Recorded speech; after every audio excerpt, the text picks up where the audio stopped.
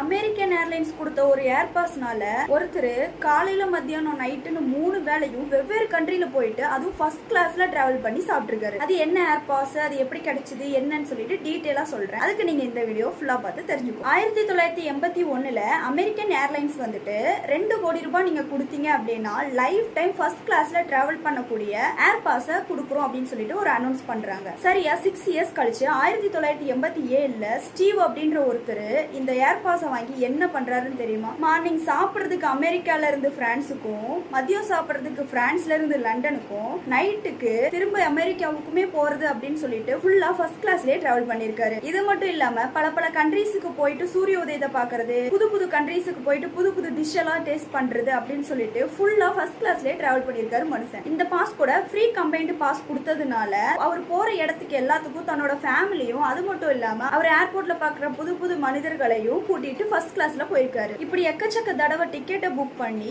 20 வருஷத்துல 10,000 தடவைக்கு மேல ஃபர்ஸ்ட் கிளாஸ்லயே போயிட்டு வந்துட்டு இருந்திருக்காரு. லாஸ்டா 2005ல இவரோட ஏர் பாஸை கேன்சல் பண்ணிருக்காங்க.